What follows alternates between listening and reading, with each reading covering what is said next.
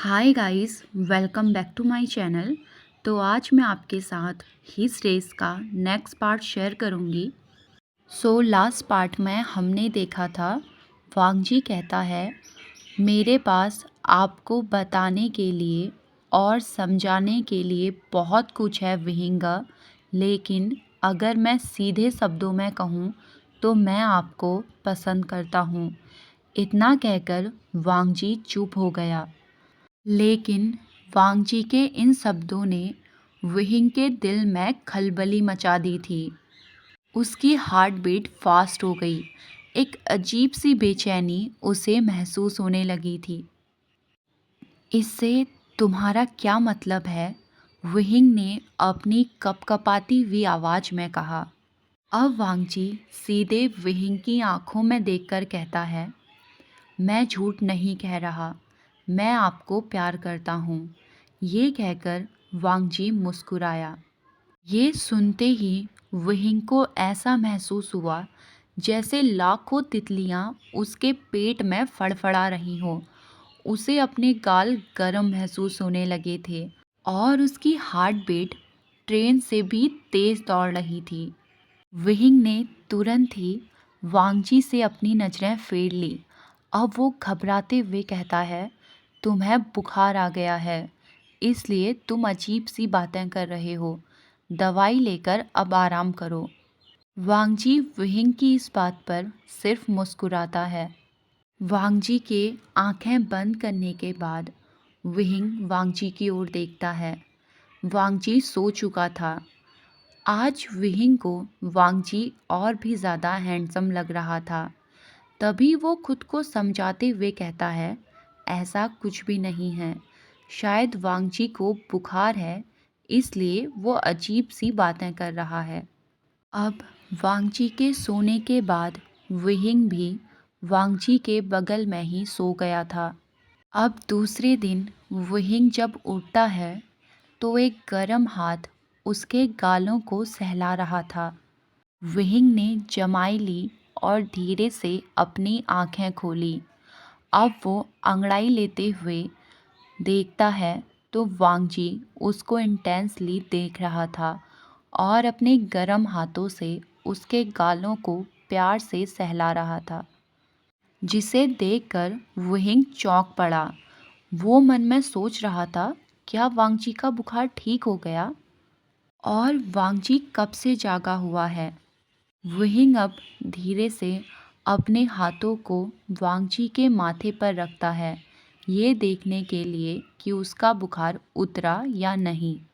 वांगजी ने एक प्यारी सी मुस्कान के साथ कहा, अब मैं ठीक हूँ विहिंगा।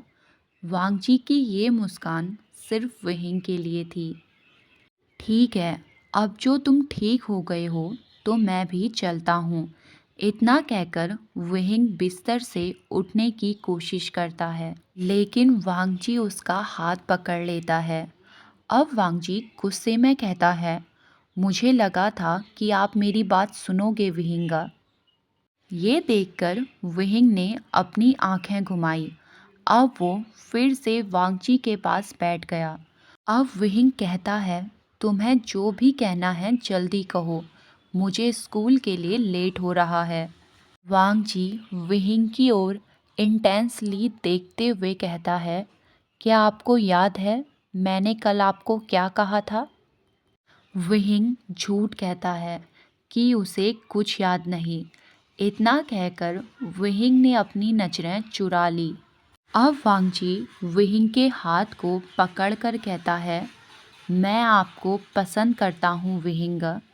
ये सुनते ही विहिंग के गाल फिर से लाल हो गए थे। वो तुरंत ही वांगजी के हाथों से अपने हाथ को छुटाता है। अब वांगजी फिर से कहता है, मैं आपको पसंद करता हूँ, आपसे प्यार करता हूँ विहिंग। जिसे सुनकर विहिंग का पेट फिर से फड़फड़ाने लगा था। विहिंग को समझ नहीं आ रहा था कि वो क्या कहे।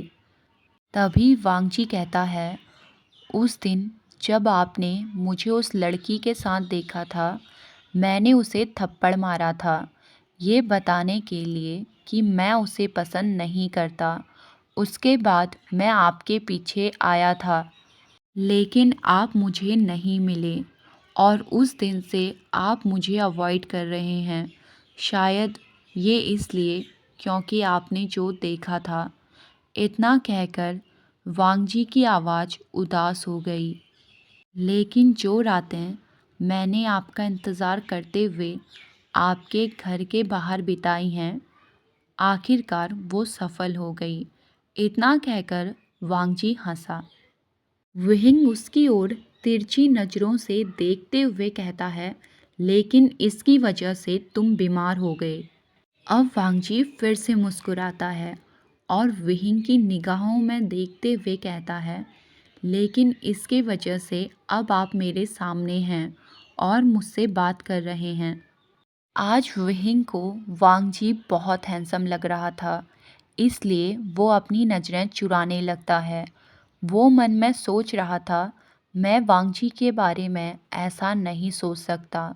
वो मेरा छोटा भाई है। तभी उसे अंदर से फील हुआ कि वो भी वांगजी को पसंद करता है। तभी विहिंग अपने सभी ख्यालों को हटाता है और हड़बड़ाते हुए कहता है, बकवास बंद करो और अपना ख्याल रखना। इतना कहकर वो जल्दी से रूम से बाहर चला गया। वो भागता हुआ अपनी घर की ओर जाता है और अपने रूम में पहुंचने के बाद उसने ज़ोर से दरवाज़ा बंद कर लिया। विहिंग की हार्ट बीट बहुत फास्ट थी और उसके गाल जल रहे थे। वो अपने गालों को थपथपाते हुए कहता है, मुझे स्कूल के लिए तैयार होना चाहिए। इतना कहकर वो रेडी होने चला गया। कुछ टाइम बाद विहिंग स्कूल के लिए चला गया था। अब लंच ब्रेक होने वाला था। आज विहिंग गुमसुम था, जिसे देखकर उसके स्टूडेंट उससे बार बार पूछ रहे थे कि वो ठीक है और विहिंग हमेशा की तरह मुस्कुराते हुए जवाब दे रहा था कि वो ठीक है। वांगजी ठीक नहीं हुआ था, इसलिए वो आज स्कूल नहीं आया था, जिसे देखकर विहिंग को बुरा लग रहा था कि उसे अकेले ही घर जाना पड़ेगा। तभी स्टाफ रूम में मिस ली आती हैं और पूछती हैं, मिस्टर विहिंग, क्या आप ठीक हैं? विहिंग ने ऑकवर्डली हंसते हुए कहा, यस मिस ली, मैं ठीक हूँ। तो फिर चलिए लंच करते हैं। इतना कहकर वो अपने टिफ़िन को पकड़ती है। तभी पीछे से एक फैमिलियर वॉइस कहती है, विहिंगा, चलो लंच करते हैं। जब विहिंग ने पलटकर देखा तो वहाँ पर वांगजी था। उसने अपने हाथों को पॉकेट में डाला हुआ था। वांगजी को देखकर विहिंग की आंखें चौड़ी हो गई थी। उसे ऐसा महसूस हो रहा था कि उसके गाल फिर से जलने लगे हैं। ओह, आपके पास तो पहले से ही साथ में खाने वाला कोई है। इतना कहकर मिस ली मुस्कुराई। अब वो मिस्टर जियांग से कहती है, चलिए मिस्टर जियांग, हम साथ में लंच करते हैं। क्यों नहीं?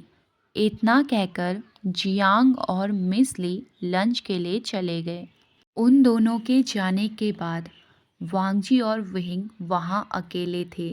अब वांगजी उसके पास आता है और उसका हाथ पकड़ कर कहता है, अब चलो भी विहिंग। न जाने क्यों, लेकिन विहिंग को वांगजी का हाथ वार्म और आरामदायक लगा। उसे ऐसा महसूस हुआ जैसे वांगजी के छूने से उसके दिन भर की बेचैनी गायब हो गई थी। वांगजी विहिंग का हाथ खींचते हुए उसे ले जाता है। विहिंग वांगजी के बैग को देख रहा था। जितनी बार वो वांगजी को देखता, वांगजी उसे आज हैंडसम लग रहा था, जिसे देखकर विहिंग की गाल फिर से गर्म होने लगे।